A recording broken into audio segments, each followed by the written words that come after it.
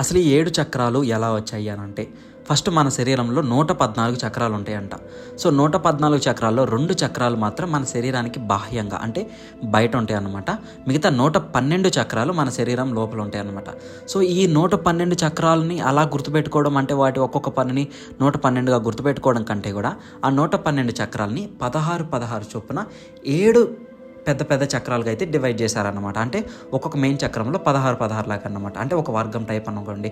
ఒక మొత్తం 112 చక్రాలని 16 చొప్పున 7 మెయిన్ చక్రాలుగా అయితే డివైడ్ చేశారన్నమాట. సో అవి 7 చక్రాలుగా అయితే అయ్యాయి. సో అన్నిటికంటే కింద ఉండే చక్రం ఏంటంటే మూల చక్రం. సో కింద అంటే అది తక్కువ అని కాదు, కింద ఉండే చక్రం అన్నమాట. సో ఇవన్నీ వెన్నుపాముకి, మన తల దగ్గర నుంచి మన వెన్నుపాముకి 1 by 1 కనెక్షన్తో ఉంటాయి అన్నమాట. సో అన్నిటికంటే కింద ఉండేది మూల చక్రం. ఇది ఎలా అంటే వెన్నుముక చివరి భాగంలో అయితే ఉంటుంది అన్నమాట. దీన్నే మనం మూలాధారం అని కూడా అంటాం, లేకుంటే మూల చక్రం అని కూడా అంటాం అన్నమాట. సో ఇది ఎలా అంటే మన శరీరానికి ఒక ఆధారాన్ని, లేకుంటే ఒక పునాదిని, లేకుంటే మనకు ఒక పునాదిని, మన జీవితానికి ఒక ఆధారాన్ని అన్నట్లు మీనింగ్ అయితే వస్తుంది అన్నమాట. ఇప్పుడు ఎలా అంటే మనకి వెన్నుపాము విరిగితే మనం నిలబడలేము చూడండి. సో అది ఎలా అంటే ఆ చక్రం దగ్గర ఏదైనా డ్యామేజ్ కానీ జరిగితే మనకి స్థిరత్వం పోతుంది, మన శరీరానికి ఉండే ఒక సపోర్ట్ పోతుంది అన్నమాట. సో మనం లేలేము, కూర్చోలేము. సో అది మెయిన్ అనమాట. నెక్స్ట్ ఇది స్థిరత్వాన్ని ఎలా ఇస్తుందనంటే ఈ చక్రమే మదర్ ఎర్త్కి చాలా దగ్గరగా ఉంటుంది.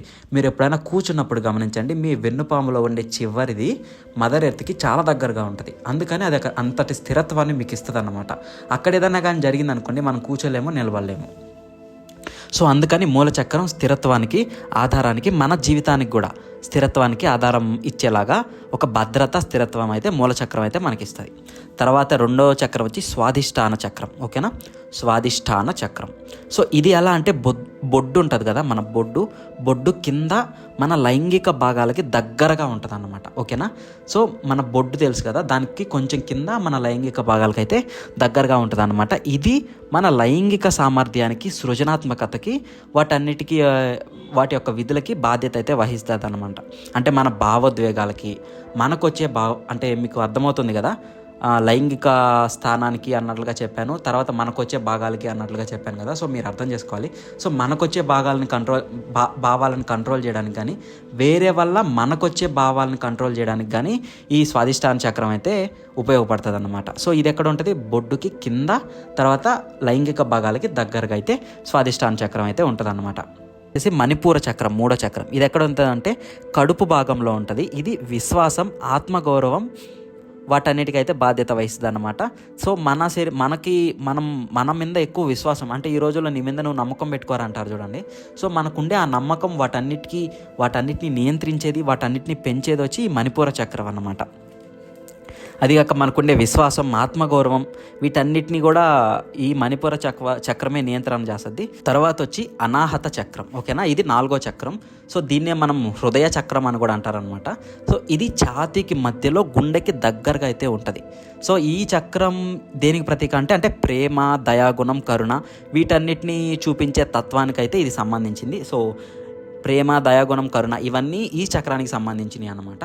కొంచెం డీటెయిల్డ్గా ఎగ్జాంపుల్స్తో ఎక్స్ప్లెయిన్ చేయాలి అని అంటే, సపోజ్ ప్రేమ ఉందనుకోండి. ప్రేమ ఫస్ట్ టాపిక్ తీసుకుందాం. ప్రేమ ఎలా అంటే, మీరు ఒక అబ్బాయి ఒక అమ్మాయిని ప్రేమించినా కానీ, ఒక అమ్మాయి ఒక అబ్బాయిని ప్రేమించినా కానీ, సపోజ్ అనుకుందాం ఒకరిని ప్రేమించారనుకుందాం, వాళ్ళకి వీళ్ళంటే చాలా ఇష్టం, కానీ వాళ్ళు కావాలని ఇంటెన్షనల్గా వీళ్ళని వదిలించుకొని వేరే వాళ్ళ దగ్గరికి వెళ్ళిపోతున్నప్పుడు మీ హృదయంలో మీకు తెలియకుండానే ఎంతో బరువుగా, బాధగా అనిపిస్తుంది.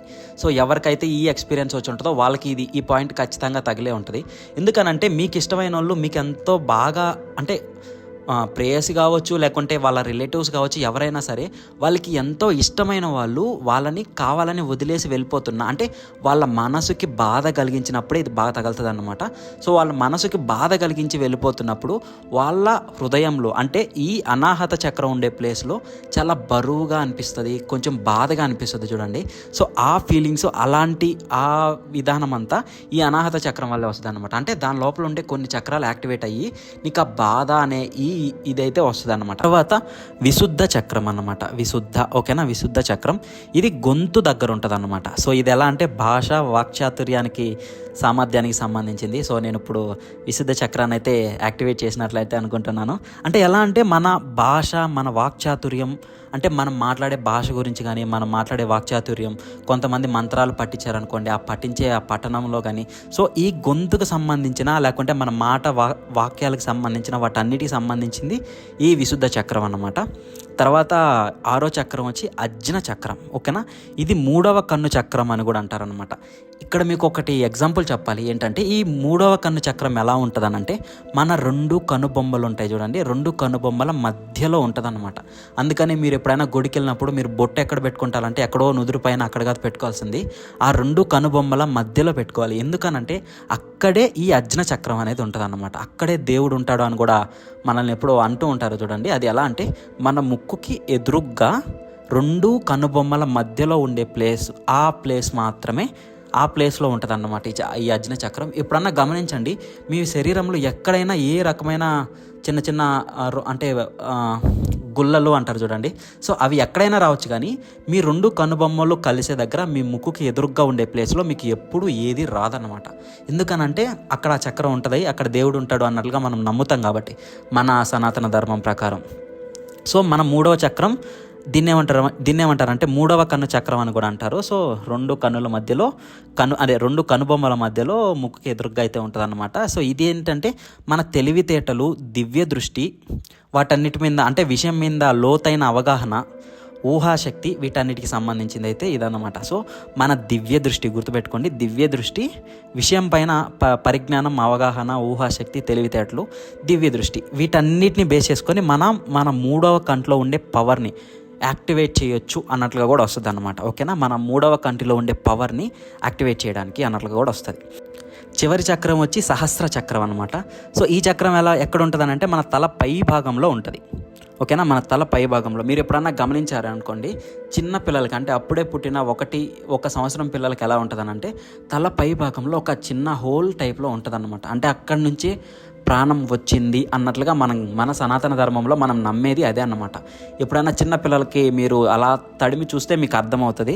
సో దాని మీనింగ్ ఏంటంటే, ఈ సహస్ర చక్రం ఎలా దేనికి సంబంధించింది అనంటే, మనకి దాని తర్వాత ప్రకృతికి మధ్య బంధాన్ని, తర్వాత ఆధ్యాత్మికతకు, మనకు వీటన్నిటికీ సంబంధించి, అంటే మనం ప్రకృతి నుంచి వచ్చాం, మనం ఒక పరబ్రహ్మం అనే ఒక పరబ్రహ్మ నుంచి వచ్చామని మనకు ప్రకృతికి, మనకు ఆధ్యాత్మికతకు, మనకు పరబ్రహ్మానికి ఉండే ఆ రిలేషన్ను చూపించడానికైతే ఈ సహస్ర చక్రం అయితే ఉంటుంది అన్నమాట. అందుకని ఇది తల పైన ఉంటుంది. ఆ తలపైన ఉండేది మనం పుట్టినప్పుడు యాక్టివ్గా ఉంటుంది, తర్వాత అది అలాగో క్లోజ్ అయిపోద్ది అనుకోండి. తర్వాత మనం యాక్టివేట్ చేసుకోవాలి. అంటే యాక్టివేట్ చేసుకోవడం అంటే మళ్ళీ అక్కడ హోల్ తెచ్చుకోవడం కాదు. సో యాక్టివేట్ చేసుకోవడం అంటే ఎలా అంటే, మళ్ళీ మనం ఒక మెడిటేషన్ కానీ ఒక ధ్యానం చేసి దాని తర్వాత ఎంతో నిష్టతో వాటన్నిటిని యాక్టివ్ చేసుకొని మనల్ని మనం ముందు నమ్మాలి. నేను అనే అహంకారాన్ని పోగొట్టుకొని మనం ప్రకృతి నుంచి వచ్చాం, మనం పరబ్రహ్మ స్వరూపం, అందరూ పరబ్రహ్మ స్వరూపమే, ఆ పరబ్రహ్మం నుంచి వచ్చిన ఒక్కొక్క అంశమే మనం అన్నట్లుగా వాటన్నిటిని తెలుసుకొని వాటన్నిటిని నమ్మి వాటన్నిటిని ప్రాక్టీస్ చేసిన వాళ్ళకి మాత్రమే యాక్టివేట్ అవుతాయి అన్నమాట. ఎందుకంటే ఫస్ట్ వీటిని నమ్మేదే కష్టం.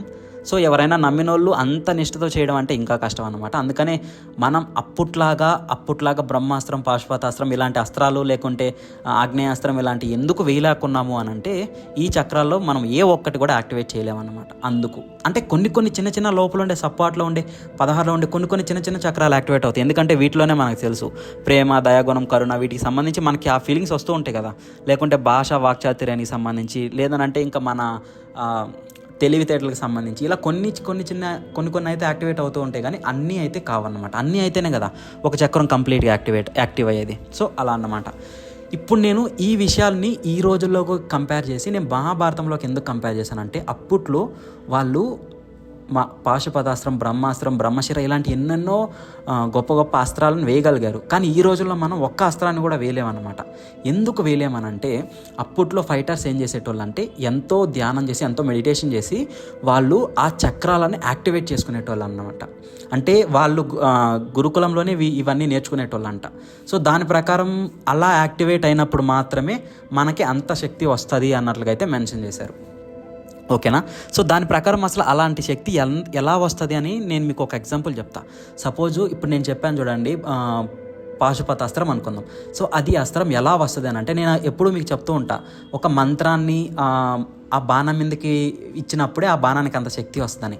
సో ఆ శక్తి అంతా రావడానికి ఈ చక్రాలకి ఉన్న సంబంధం ఏంటనేది ఇప్పుడు నేను చెప్తాను అనమాట. సపోజు ఒక బాణాన్ని తీసుకొని ఇలా పట్టుకున్నారనుకోండి, ధనుసు మీద పెట్టారు అంటే ఫస్ట్ ఏమవుతుంది అని అంటే దానికి ఉండే చివరి కొన మన శరీరంలో ఉండే సహస్ర చక్రం వైపు ఉంటుంది కదా. గుర్తుపెట్టుకోండి, శరీరంలో ఉండే సహస్ర చక్రం వైపు ఉంటుంది. ఎందుకంటే పైకి ఉంటుంది. మన శరీరంలో సహస్ర చక్రం ఎక్కడ ఉంటుంది? పైన ఉంటుంది కదా, తల దగ్గర ఉంటుంది కదా. సో అప్పుడు దానికి ఏమవుతుంది అని అంటే ఒక ఆధ్యాత్మిక శక్తి వస్తుంది, ఒక పరబ్రహ్మంలో ఉండే ఒక శక్తి వస్తుంది అన్నమాట.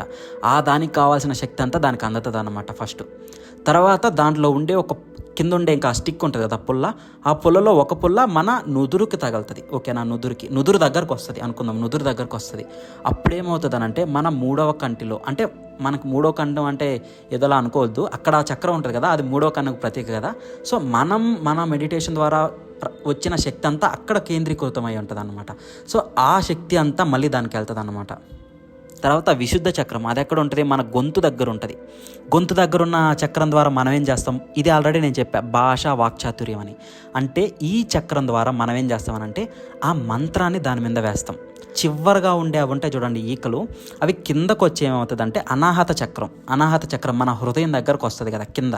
సో మన హృదయం దగ్గరకు వస్తుంది అనమాట. అప్పుడు మనం చెప్తున్నాం అనమాట, మనం అంటే దానికి ఎలా చెప్తున్నాం అంటే నేను ఇంటెన్షనల్గా దీన్ని యూజ్ చేయట్లేదు, కావాలని ఎనిమి మీద యూజ్ చేయట్లేదు, నేను ఈ సిచ్యువేషన్కి బద్ధుణ్ణి, అంటే ఈ యొక్క సందర్భానికి నేను ఈ అస్త్రాన్ని ఉపయోగించాల్సి వస్తుంది, తప్పక ఉపయోగించాల్సి వస్తుంది అని నేను దానికి చెప్తున్నాను అనమాట. అంటే ఎలా అంటే మన ఇష్టం వచ్చినట్లు గొప్ప గొప్ప పవర్స్తో ఆడుకోకూడదు కదా. సో అందుకని నాకు వేరే మార్గం లేక నేను దీన్ని ఉపయోగించాల్సి వస్తుంది అని చెప్పి మనం అనాహత చక్రం ద్వారా ఆ చివరుండే ఈకలకి చెప్తున్నట్లు అన్నమాట. ఓకేనా. విశుద్ధ చక్రం ద్వారా ఆ స్టిక్లోకి మనం మన భాష లేకుంటే మన మంత్రం ద్వారా, ఆ మంత్ర పఠన ద్వారా మనం ఆ మంత్రాన్ని ఆ బాణం మీద ఇస్తున్నాం అన్నమాట. అజ్ఞ చక్రం ద్వారా మన తెలివితేటలు, మన 3వ కంటి దగ్గర ఉండే పవర్ అంతా దానికి ఇస్తున్నాం అన్నమాట. తర్వాత సహస్ర చక్రం ద్వారా ఈ సూపర్ న్యాచురల్ పవర్, ఈ ప్రకృతికి సంబంధించిన పవర్, ఈ ఆధ్యాత్మికత పవర్, అంతటి పవర్ దానికి వస్తుంది అనమాట. సో ఇలా 4 చక్రాలను యాక్టివేట్ చేస్తే దానికి అంత పవర్ వస్తుంది. అలా వాళ్ళకి ఆ బాణాన్ని వేసే శక్తి అయితే వస్తుంది అనమాట. ఓకేనా, ఇప్పుడు అర్థమైంది కదా మీకు. ఆ బాణాన్ని తీసుకొని ఏదో ఈ రోజుల్లో సీరియల్స్లో చూపించినట్లు అసలు బాణమే తీసుకోరు వాళ్ళు, ఊరిని అలా ధనస్సును అలా లాగంగానే బాణం వచ్చేస్తుంది. అది అసలు ఫాల్స్, అలా లేదు అప్పట్లో. సో ఇది టాపిక్ ఈరోజు అయితే నేను మీకు చాలా ప్రాపర్గా అయితే ఎక్స్ప్లెయిన్ చేశాను అనుకుంటున్నాను 7 చక్రాల గురించి. తర్వాత ఆ 7 చక్రాల యొక్క పాత్ర ఏమిటి మన శరీరానికి, దాని తర్వాత బాణాలు వేసేటప్పుడు కూడా అయితే చెప్పాను అనమాట. సో ఇది ఎపిసోడ్. Thank you guys.